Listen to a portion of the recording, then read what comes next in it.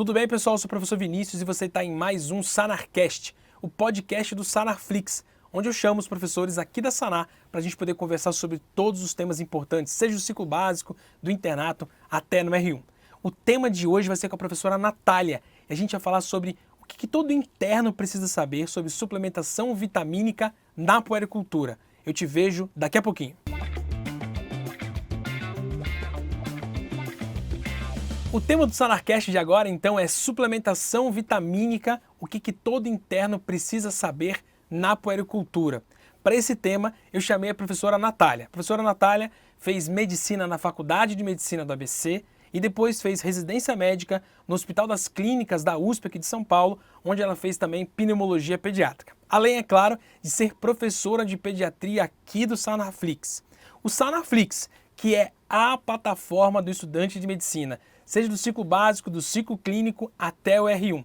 Com mais de 2.500 aulas, 1.400 conteúdos, mais de 150 mil questões, você vai tirar 10 na prova da Faculdade de Medicina. Aproveita e testa o Sanarflix por 7 dias de graça em sanarflix.com.br.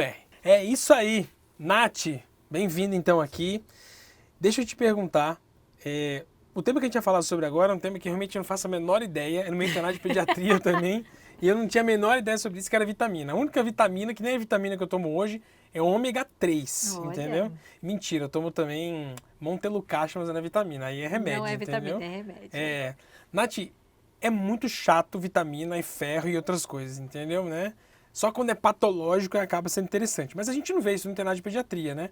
Como é que você vê isso aí? Você via isso, vitamina no internato? Não, a gente não vê muito vitamina. Na verdade, acho que essa prescrição de suplementação vitamínica no internato fica meio de lado. Acho que às vezes até a gente esquece de fazer, quando deveria ter feito. Aham. Mas existem recomendações mínimas Tá. a serem Que eu acho que todo mundo tem que seguidas, saber, né? independente se vai fazer pediatria ou não, né? Exatamente, tem uma prescrição mínima de vitamina que deve ser feita para as crianças nos primeiros meses de vida e pelo menos isso a gente deve saber.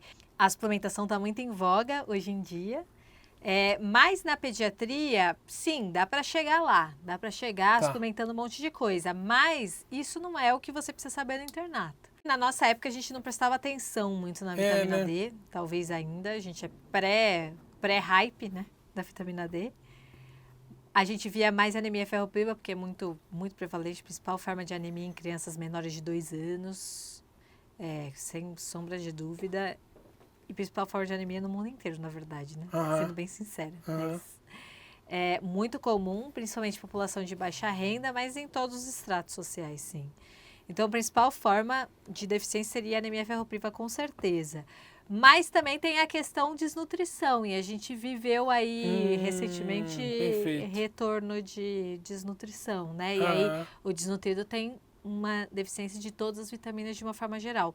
Tanto é que ele recebe, né? Sim. Uma dose bem maior de vitaminas na fase lá de reposição vitamínica do tratamento da desnutrição. Sim. Que inclusive tem um manual do Ministério sobre isso. É, legal. Não, você trazendo agora até que eu me lembro mesmo, porque eu cheguei a ver marasmo. Nunca vi cachocó, mas eu cheguei a ver marasmo. Acho que a gente vê mais marasmo mesmo. Exato, né? Não é difícil pegar, né? Então eu acabava vendo mais marasmo e era interessante que eu lembro de fazer hiperdose de vitamina A no marasmo e no sarampo. No sarampo. De estudar, de falar assim, aqui tem que fazer, por causa disso, teve surto e tudo, essa criança teve, entendeu? No Brasil, a vitamina D em muita alta dose, megadose a gente chama, megadose de vitamina A, né? A gente usa no sarampo, menores de 5 anos, isso é o recomendado pela Ministério da Saúde, pela Organização Mundial de Saúde.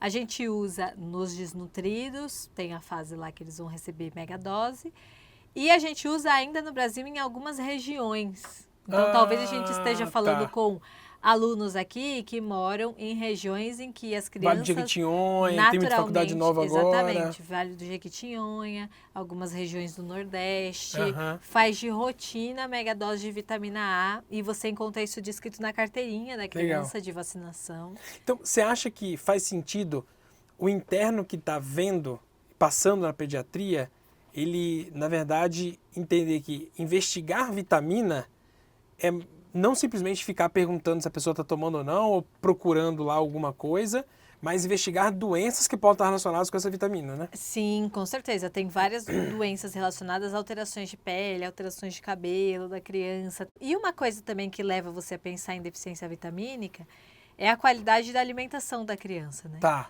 Uma criança com uma alimentação pobre em variedade, a chance dela ter uma deficiência vitamínica é muito maior do que uma criança que tem uma alimentação ok. E, da mesma forma, uma criança que não suplementa ferro, obviamente ela vai ter anemia ferropriva, porque todas as crianças que não suplementam ferro menor de 2 anos têm. E aí, como é que você investiga na anamnese? Ou você vai para exame? Como é que funciona isso? Eu acho que a deficiência vitamínica tem uma questão de você fazer exames. Então, citando aqui a principal forma que a gente falou da anemia ferropriva, você vai fazer um hemograma, você vai avaliar os índices hematimétricos, VCM, HCM, RDW, e você também vai fazer o perfil de ferro. Então, ferritina, saturação de transferrina, ferro sérico, capacidade total de ligação de transferrina. Todos esses exames aí vão te dar uma ideia de quão grave está a depleção de ferro no organismo dessa criança, né? Lembrando que primeiro eu vou ter depleção dos estoques de ferro, então primeiro cai ferritina, depois cai os outros marcadores do ferro e depois eu tenho comprometimento das hemácias mesmo. Tá, então, perfeito. microcitose, hipocromia, então diminuição de VCM, HCM e redução de hemoglobina. Então, essa fase é posterior. Quando o amigo já chegou lá na fase de anemia, é porque o negócio já se ferrou, realmente já faltou ferro há muito tempo atrás. Né? Agora, ferropriva é uma coisa que, por exemplo, então, deficiência de ferro, ela ajuda a gente tanto no internato de PED quanto no internato de GO também, Exatamente, né? Que também é outra fase em que a deficiência de ferro tem um pouco de puericultura na GO, que é no pré-natal, né? Tem, total. Você acaba fazendo muita coisa disso no pré-natal, né? Faz. O pré-natal avalia todas essas questões e também suplementa vitamina e também solicita vacina, né? Exato, Tem muita coisa junto uma com a outra, né? Tem super a ver. E isso é importante por causa da criança, né? Que está sendo concebida, né? Tá. Então, a suplementação da mãe na gestação é importante para depois eu avaliar o risco de anemia ferropriva nessa criança. Inclusive, isso vem do artigo que eu vou indicar nesse episódio, que é o das diretrizes de prevenção de anemia ferropriva da Sociedade Brasileira de Pediatria. É uma atualização de 2021. Nessa atualização, eles falam exatamente sobre isso, fatores de risco. Quais são os fatores de risco para anemia ferropriva na infância? E na presença desses fatores de risco, eu sempre preciso suplementar o ferro antes, né? A partir dos 3 meses de vida e não a partir dos 6 meses de vida, como seria o habitual. Tá. E o fato, por exemplo, da mãe não ter recebido ferro durante a gestação é um fator de risco.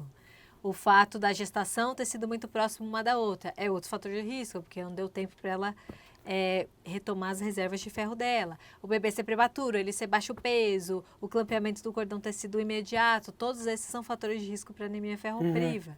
Então, esses bebês, sabendo identificar esses fatores de risco na história, você já tem uma ideia que, esse aí, eu preciso dar ferro a partir dos 3 meses de vida e não com 6 meses de vida. Que também acaba ajudando na NEL também, dentro do próprio internato, né? Porque NEL a gente vê muito isso, né? Exatamente. E aí também nesse consenso traz essas situações específicas da neonatologia. Os prematuros, o baixo peso, 1,5 kg, 1 kg, 800 gramas. Todos eles vão receber mais ferro e de início mais precoce do que os bebês que nasceram a termo com peso adequado, né? Acima de 2,5 kg. Agora, fora ferro, Nath, o que você vê que complica mesmo de vitamina aí que às vezes falta? Entendeu? Eu acho que a gente às vezes esquece muito.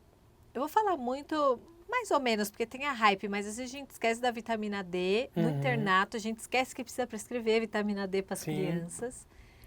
Antigamente a gente prescrevia o Aditil, nome comercial, que era uma associação entre vitamina A e vitamina D. Na verdade, a rigor, vitamina A, se você não está em regiões de deficiência, que são essas que recebem as megadoses, a mãe provavelmente está dando uma quantidade minimamente suficiente pelo leite. Tá. Então, não existiria essa obrigatoriedade. O que existe obrigatoriedade é a vitamina D. Nem o leite materno, nem as fórmulas lácteas, né, para aqueles que tiverem em amamentação, né, artificial, vão ter vitamina D. Então, a vitamina D é obrigatória em todas as crianças até, enfim, pelo menos até 2 anos. Né? Tá.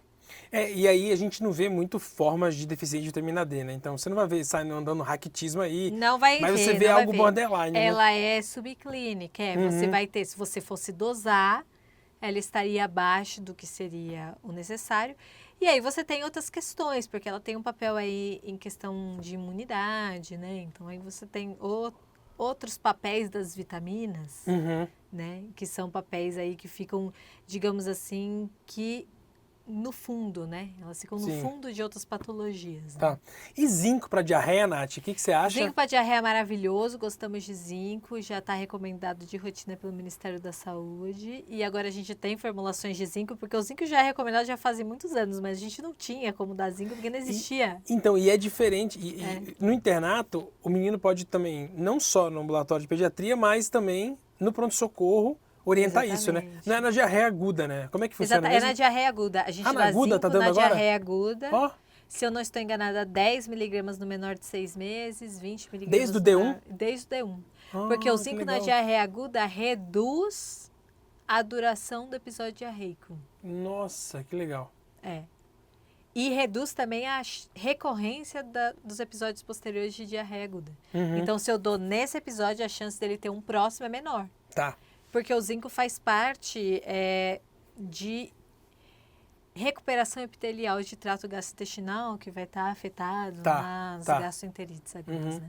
Por que eu trouxe muito esse tema hoje aqui pra gente falar, Nath? Sabe por quê? Muitos dos nossos alunos vão passar pelo internato e é no internato que eles vão ter, é no internato onde você vai ter a capacidade de poder atender criança, né? Então, às vezes esse cara sai do internato, tem que pagar dívida depois, não vai conseguir fazer residência médica, vai ter que trabalhar. Eu tenho um amigo que trabalha no interior de São Paulo, que ele atende pediatria. E a única coisa que ele atende de pediatria é o internato, sacou? Então ele não fez nenhum curso de especialização nem nada, ele teve que ir lá.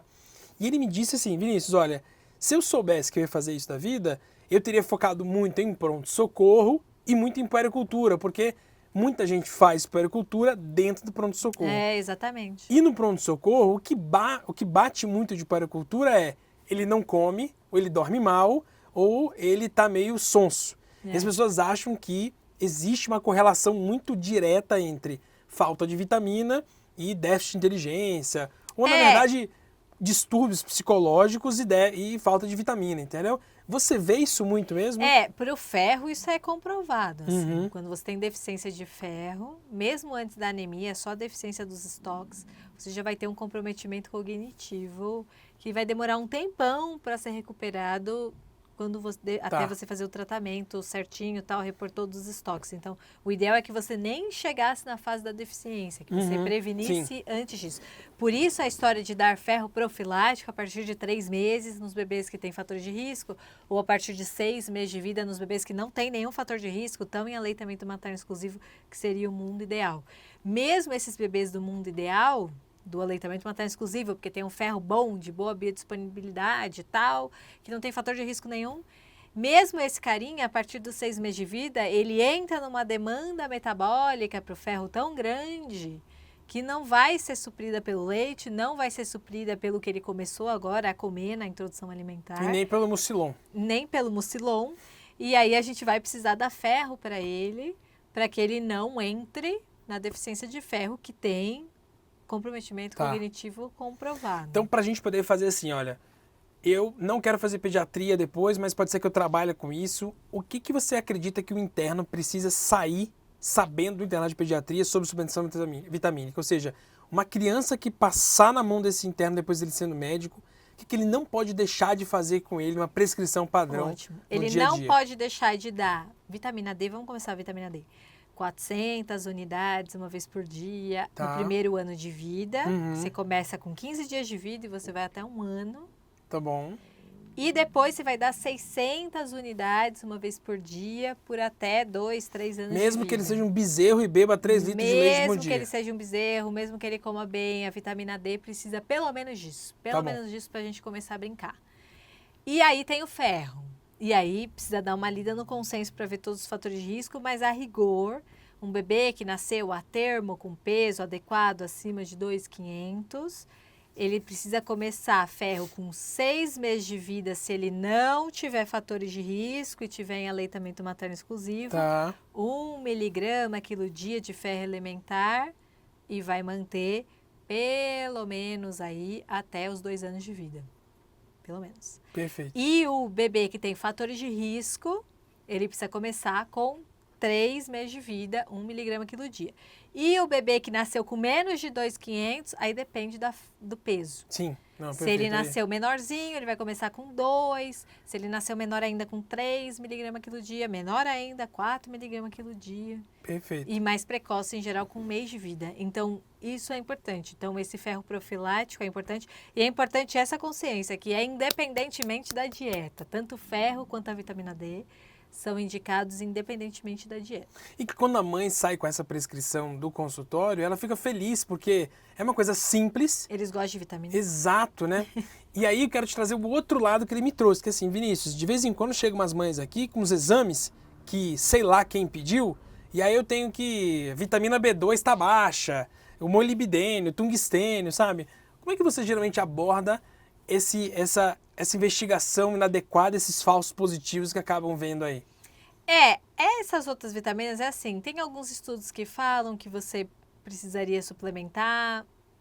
A gente não tem nenhuma diretriz do Ministério nem da Sociedade de Então Pediatria não tem diretriz que fale. disso, né? Sim. Não, para vitaminas B, do complexo B, não, nem Sais minerais, assim, sais esquisitos. minerais esquisitos, exatamente. Não, nem o próprio zinco. Na verdade, o próprio zinco, diretriz mesmo falando, ele está no contexto da diarreia, né? Perfeito. Ele sim. não entra como em outras situações, nem o ômega 3 entra um pouquinho, tá? O ômega 3 aparece pra gente de vez em quando falando sobre ele, tem um pouco a ver com a alimentação também, porque a gente não tem uma alimentação rica em ômega 3, né? Que seria peixe, né?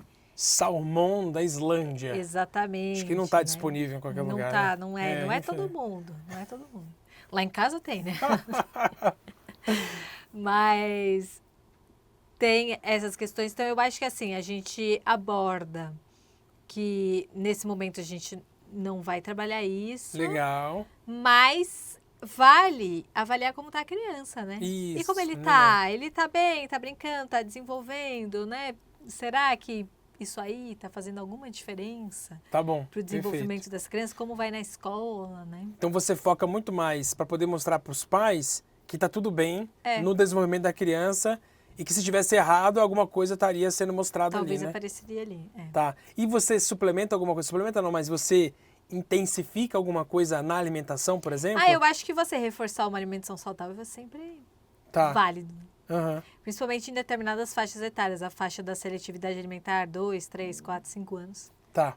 É sempre bom você focar na variedade de alimentos que essa criança precisa comer. Porque o meu medo é, às vezes, incentivar que a gente suplemente, sei lá, riboflavina. E não coma, né? E não coma. Nossa, eu tenho medo disso. E às vezes faz uma superdose. Tudo bem que se não é lipossolúvel, é pouco provável que faça uma superdose. Mas existem os casos de superdoses aí, entendeu? Existe, então... Eu tenho um pouquinho de medo também, principalmente das lipossolúveis. Então, vitamina D manipulada eu tenho medo. Uhum. Eu prefiro vitamina D que vende em farmácia. Legal. Porque eles podem errar na dose, e aí você faz superdose e tem os riscos das hipervitaminoses. Mas também tem essa questão, a criança dos 2, 3 anos, ela tem uma redução de velocidade de crescimento que vem acompanhada de uma redução do apetite. Isso é normal, por isso a criança come menos. E ela vira seletiva porque, enfim, ela é esperta, ela come o que ela quer, né?